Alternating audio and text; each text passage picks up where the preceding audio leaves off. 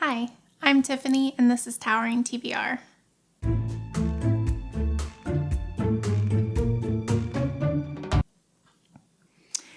Hi, so if you're new here, my name is Tiffany. I am a chronically ill disabled creator, and I wanted to make a video about my favorite books that focus on chronic illness or disability.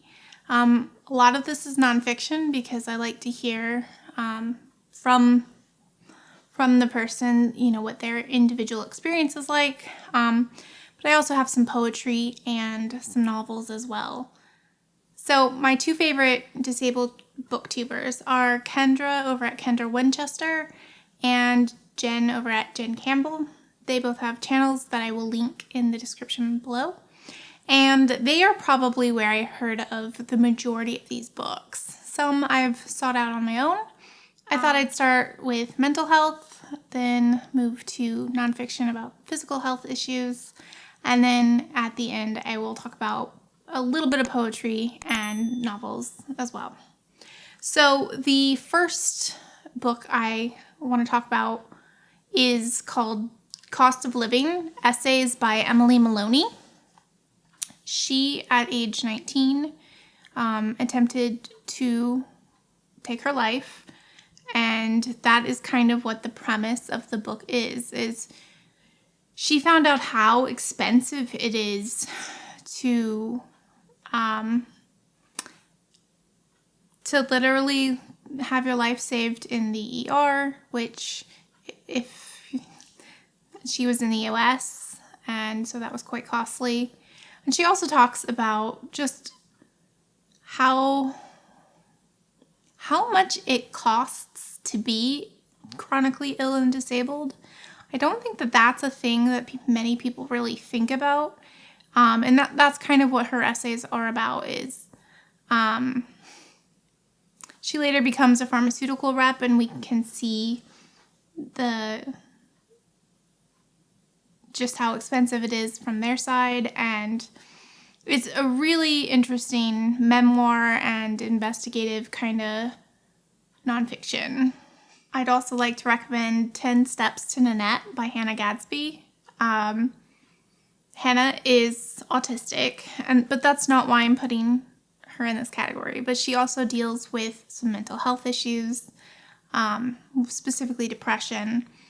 And she writes about it and about how her mental illness progressed as she became more famous for her comedy, and how people were really envious of her when she kind of became this breakout star. And in her memoir, she is showing you that she was falling apart. And I think that it was really, I really enjoyed it. She told her stories with humor.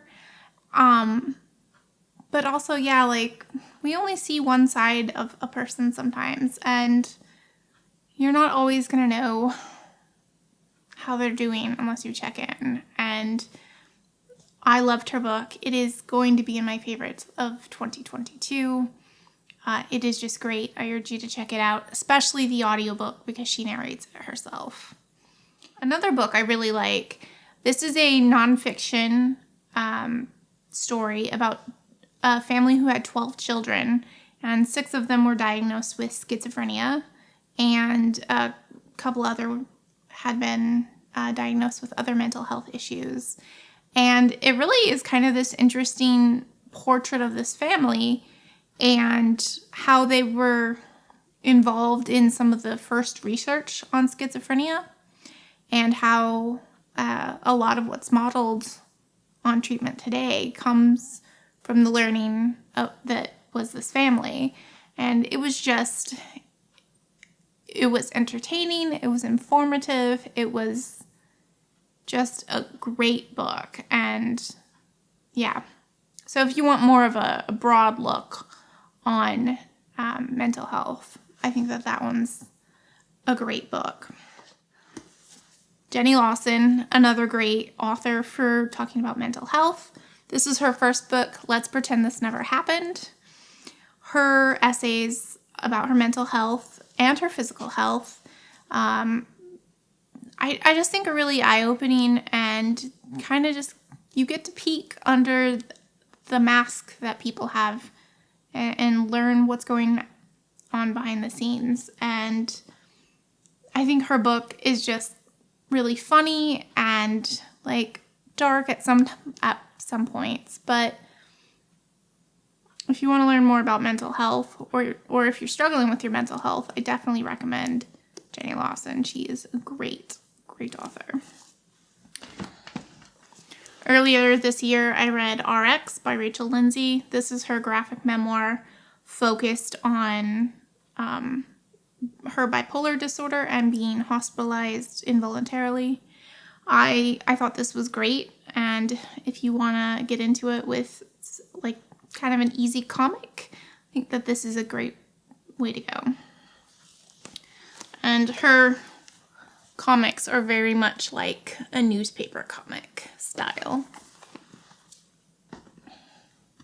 This next book I'm going to talk about is a little bit more physical health, but at the time it was seen as her mental health. And that book is Brain on Fire by Susanna Cahalan. When she was in her 20s working at a paper, she just all of a sudden started having what everybody thought was like a psychotic breakdown. She was hearing things that weren't real. She was just quite a mess. And it's only after that whole experience that Susanna has kind of pieced together her story of what happened. But basically, her brain had this inflammation that was causing her to mimic psychotic symptoms. And she doesn't really remember what happened during this time. She had to piece it together with like doctor's notes and video of her. And it's a really illuminating read about what it's like to be in hospital, and for them not to know what it is, or for it to be looking like other things, because misdiagnosis happens quite a lot. But yeah, that was an excellent book that I would recommend. I have 2 essay collections here on physical health. The first is called Disfigured: On Fairy Tales, Disability, and Making Space by Amanda Leduc. This talks about her growing up with, I believe it's spina bifida. Yes. She was diagnosed with spina bifida, and she talks about getting her diagnosis and feeling othered by other children. And then she also talks about what it's like in fairy tales. The villains are often represented as disfigured or disabled in some sort of way, as a connotation that they are the villain. And she really breaks that apart in these essays and looks at it through the lens of her own illness, and it is fantastic. The other essay collection that I wanted to mention is Disability Visibility, and this is edited by Alice Wong. She actually just put out her own memoir, which I'm excited to get to. But yeah, this just has a bunch of different writers with a bunch of different disabilities or chronic illnesses, and they just talk about a lot of different things, quite honestly. Some on how they can adapt to make their vision happen. Some talk about stories of trauma, of being taken advantage of, and yeah, I think that this was a really great collection, and it's caused me to want to seek out many of the authors in this collection as well. Another memoir is Sick by Poro Krista Kapoor.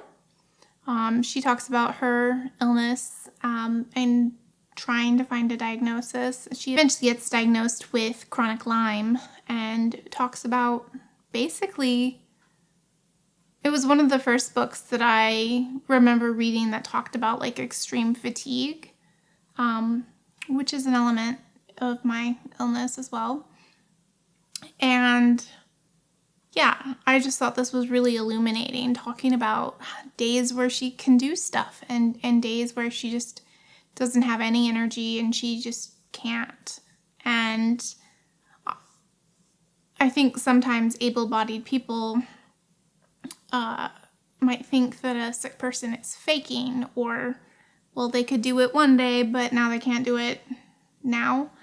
And I think it's important for other people to learn that illnesses and disabilities vary quite widely, even amongst the same person. And yeah, I thought that that was an important message. Another book I read recently was The Invisible Kingdom by Megan O'Rourke. This was her story of getting her diagnosis, which was of chronic Lyme as well. And yeah, I gave it 5 stars. It was so good. I will try and link to other videos where I talk about some of these books in more detail. I've also read Ghost Boy by Martin Pistorius. This is his memoir of being what seemed like perfectly healthy 12-year-old boy, and then all of a sudden he wasn't. He no longer could speak. He lost his ability to move, and they called it some sort of like a locked-in syndrome, where their mind is functioning, but they can't make their body do anything. They're just stuck. And it was a really heartbreaking story of once he became locked in, his parents put him in a severe disabilities group home. Like, he lived there, and he told stories of nurses sexually assaulting him, of them being really harsh when they had to give him like IVs or catheters or things like that. And I think it's amazing because he wrote this book. Everyone didn't think he was mentally there anymore. And when a nurse noticed, hey, I do think he's in there, she was able to get him a communication device, and through a series of, I think, blinks. It's been a while since I've read this, but I think through blinking, he was able to communicate. And yeah, and now he does, like, that. He is still a wheelchair user, but he has movement of one of his arms, and through his communication device, he's living a more full life now. And it's a lot, but it's great. Another great memoir is Golem Girl by Riva Leher. She has spina bifida and tells her story of growing up in the 50s and 60s, and basically just all of the ableism that she had to endure, and just living in her body and seeing how people treated her. It was really sad, but it was really eye-opening. Not that you can expect people to be more progressive in the 50s and 60s than they are now, but a couple more. I want to recommend Haben by Haben Girma. She is a deafblind woman who grew up in Africa, and she has gone to college. She went to Harvard. She's the first graduate of Harvard who was deafblind, and she's just got a really impressive story. She has a lot of complications, but the way that she fights for her accommodation and just becomes this great, she's a disability justice lawyer now, and it was just a fabulous story. I thought there was going to be more of her time at Harvard, but it really starts from the beginning of her story. So that is amazing. A poetry collection is The Perseverance by Raymond Antrobus. He is a deaf poet, and I just thought that this poetry collection was amazing. I I wanted to talk about 2 novels. One is called True Biz by Sarah Novick. I read this earlier this year. Sarah is deaf and is an instructor of deaf studies and wrote a book about different aspects of deaf life in a boarding school for deaf folks. And it is great and really, really informative, and I just loved it. The other novel I want to recommend is Get a Life, Chloe Brown by Talia Hibbert. This is a romance, which is outside my genre, but it's a romance with a main character who has fibromyalgia and chronic pain. And I felt like this was a really authentic story. Like, their complications were real life problems, not just made up, contrived stuff, which is how I view a lot of romances. But it just felt real and authentic, and it was cool to see a character who deals with some of the issues I deal with, and she still has a really full and interesting life, and I just love that. So there are so many other books that I have on disability and chronic illness that I have not gotten to yet. So let me know if you would be interested in a follow-up video of all the books I want to read with chronic illness and disability rep. Let me know down in the comments below. Also, let me know if you've read any of these and what you thought of them. And if there's any that you think I'd be interested in, suggest them down below. Thank you so much for coming. Bye-bye.